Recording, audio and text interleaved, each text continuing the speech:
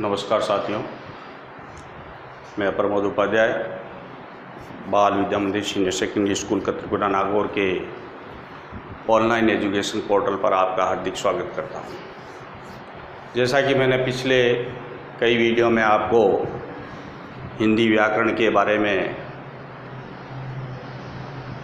काफ़ी कुछ बता दिया, संज्ञा, सर्वनाम, विशेषण, कारक, काल, वाच्य, क्रिया। आज अपन लेते हैं वाक्य शुद्धि, यानी वाक्य को किस प्रकार से शुद्ध लिखा जाता है। वाक्य शुद्ध कब होता है, क्या क्या उसमें वाक्य लिखते समय हमें सावधानियां रखनी है, वाक्य किस प्रकार से लिखा जाता है, उसके अंदर जो शब्द होते हैं कौन सा शब्द कहाँ पर आएगा, ये भी हमें ध्यान देने की आवश्यकता है। ठीक है, तो जितने भी वाक्य के अंदर जो शब्द होते हैं वो पद कहलाते हैं, तो उन पदों का एक क्रम के रूप में लिखना भी आवश्यक है। उनकी आपस में जो दूरी है वो कितनी होनी चाहिए, और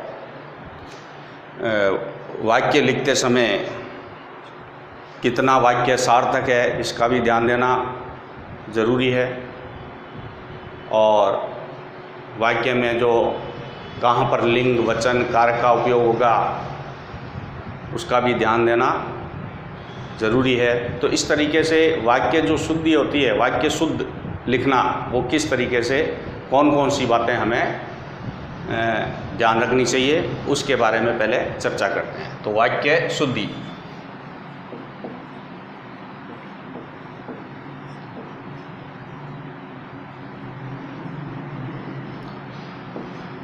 पहले तो वाक्य की परिभाषा क्या होती है, वाक्य किसे कहते हैं,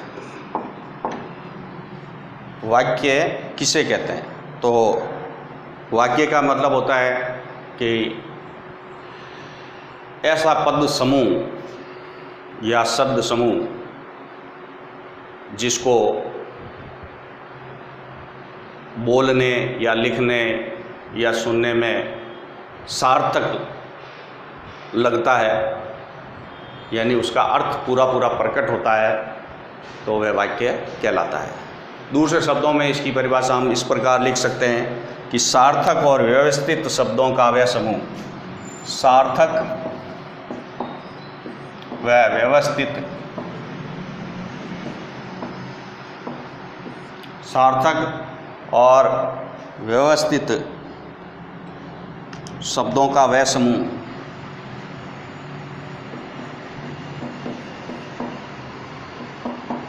वह समूह जो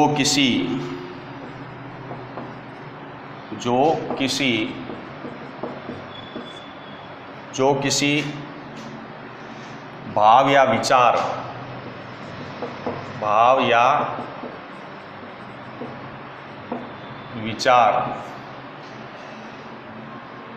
को पूर्णतया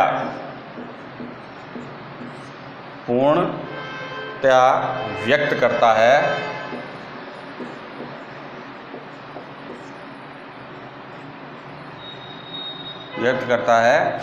वाक्य कहलाता है।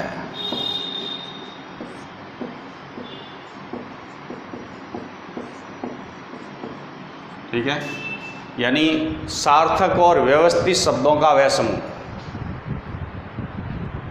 यानी वाक्य है वो कोई अर्थ प्रकट कर रहा हो, ये भी ज़रूरी है, और व्यवस्थित शब्द उसमें लिखे हुए हों, कौन सा शब्द कहाँ पर आना चाहिए, वो व्यवस्थित क्रम होना चाहिए, तो वह समूह बनता है, वाक्य एक शब्दों का समूह बनता है। तो इस तरीके से किसी भाव या विचार को पूर्णतः व्यक्त किया जाता है, तो वहाँ वाक्य होता है। ठीक है, तो उदाहरण जैसे अपन ले लेते हैं, राम ने धर्म की स्थापना की।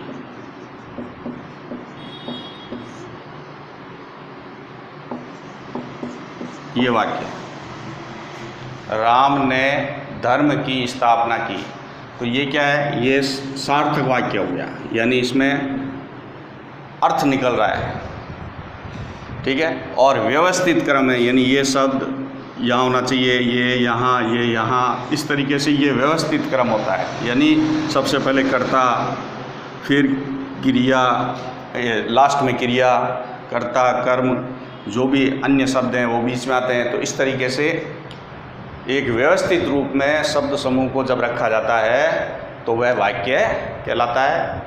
क्योंकि हम सामाजिक प्राणी हैं और समाज के अंदर एक दूसरे के भावों विचारों को बोलकर प्रकट करते हैं, तो जो भी हम बोलते हैं तो वो बोलने वाला अपने विचारों को आपके सामने प्रकट करता है, तो आप उसको समझ जाते हैं।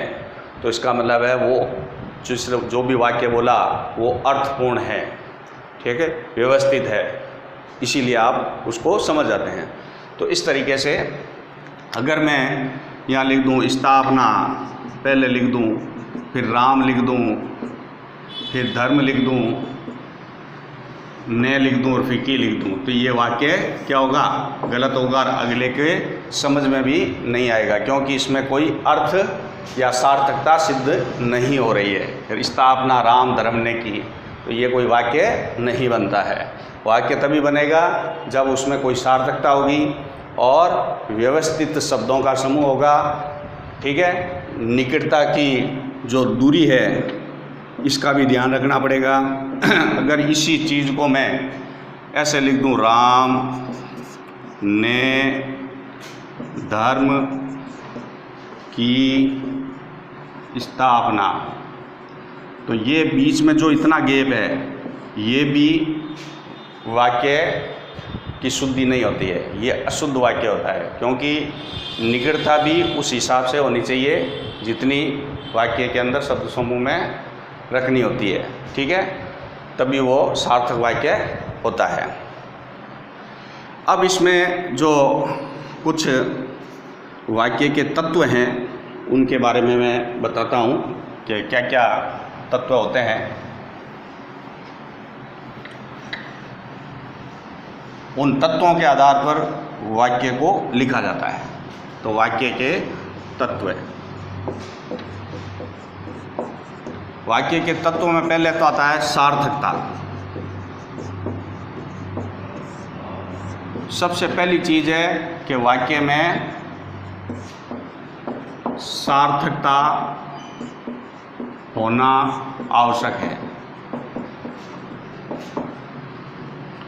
बिना अर्थ का कोई वाक्य नहीं होता है, यानी उसमें सार्थकता होनी आवश्यक है, ठीक है। दूसरा होता है, दूसरा आपके आकांक्षा। आकांक्षा का मतलब होता है कि जो भी आपके सामने कोई व्यक्ति बोलता है, जैसे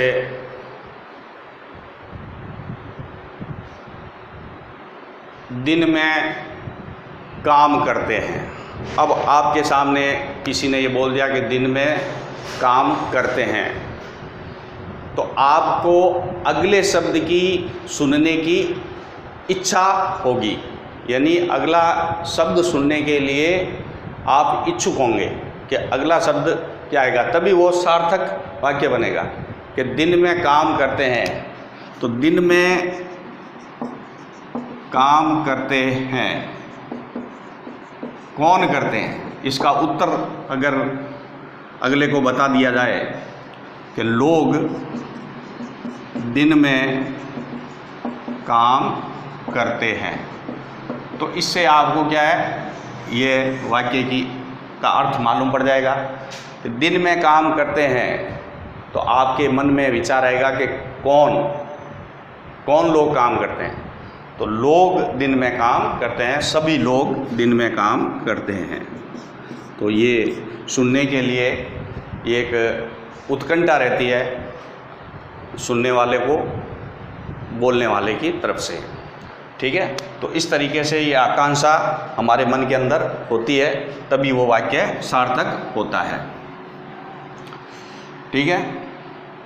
अगला तीसरा जो तत्व है वो है आपके निकटता।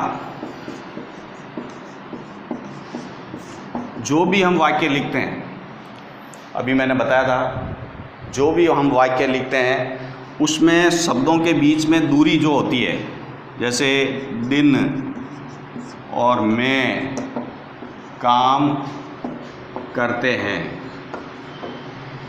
तो ये वाक्य जो है इसमें क्या है, दूरी ज़्यादा है, ये दूरी ज़्यादा हो गई, सभी शब्दों के बीच में दूरी ज़्यादा होगी, तो ये वाक्य क्या होगा, व्यवस्थित नहीं होगा। तो व्यवस्थित होने के लिए इसमें निकटता का भी होना आवश्यक है कि दिन में काम करते हैं।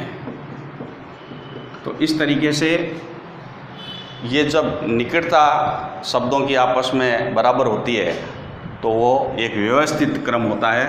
तो निकटता भी वाक्य के अंदर होनी चाहिए शब्दों के बीच में।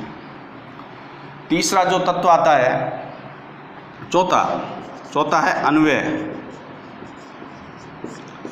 अन्वय में क्या होता है, अन्वय में जो होता है कि वाक्य अनेक पदों का समूह होता है, क्योंकि वाक्य के अंदर अनेक पद होते हैं। जैसे मैंने बताया था कि राम ने धर्म की स्थापना की, ठीक है। अब इसमें अनेक पद हैं, 1 2 3 4 5 6 पद, ठीक है। तो अनेक पद होते हैं। अब यहाँ पर देखो कि, ना, ने, तो इस तरीके के जो शब्द होते हैं, तो पद समूह के अंदर लिंग, वचन, कारक यानी क्रिया की आएगा, का आएगा, तो वो शब्दों के अनुसार हो। तो इस चीज़ को भी हमें ध्यान देने की ज़रूरत होती है कि वाक्य में लिंग, वचन, कारक और पुरुष, इन सभी का भी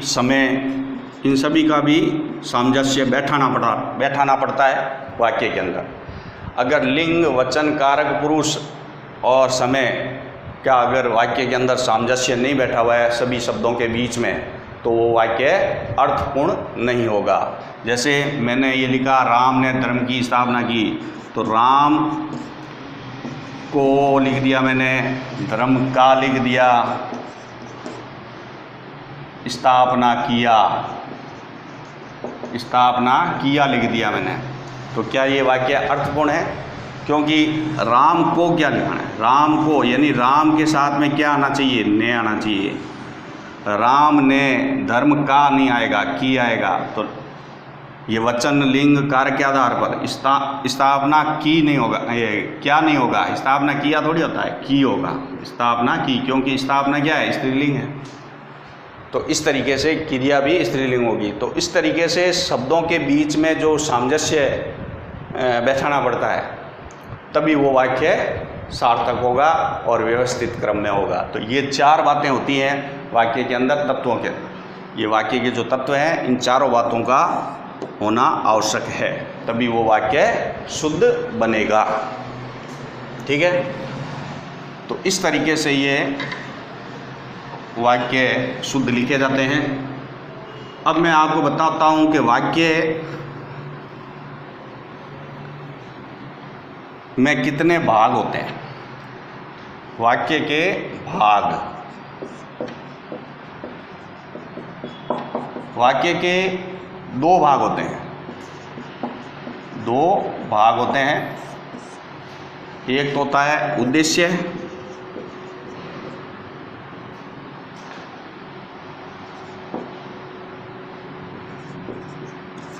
और दूसरा होता है विधेय। ठीक है। तो ये उद्देश्य और विधेय दो भाग होते हैं। अब वो किस प्रकार से होते हैं उद्देश्य और विधेय, वो इस तरीके से होते हैं कि उद्देश्य जो होता है, जिस विषय पर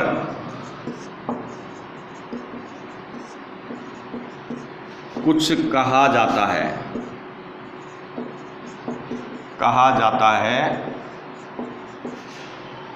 उस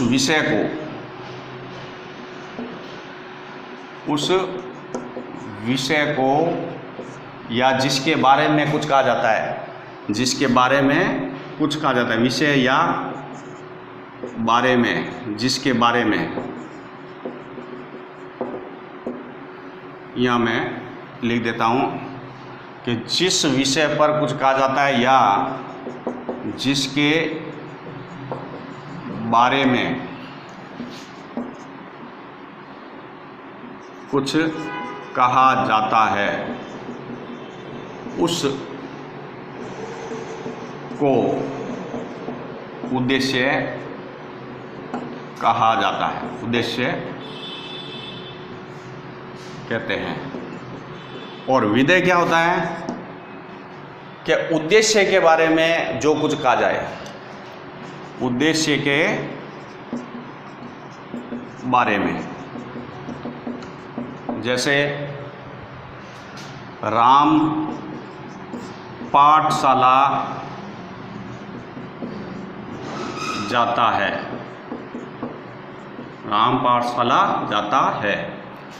तो यहाँ पर कौन पाठशाला जाता है? राम।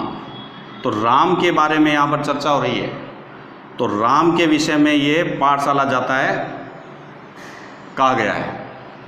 तो राम क्या हो गया? उद्देश्य है, यानी जिसके बारे में कह रहे हैं। तो ये शब्द हो गया, राम शब्द क्या हो गया? उद्देश्य। और ये जो पाठशाला जाता है, ये किसके बारे में कहा गया है? राम के बारे में। तो ये क्या हो गया? विधेय। तो इस तरीके से ये दो भाग होते हैं वाक्य के, ठीक है। तो आज के वीडियो में इतना ही, कल और इस पर चर्चा करेंगे, ठीक है। धन्यवाद।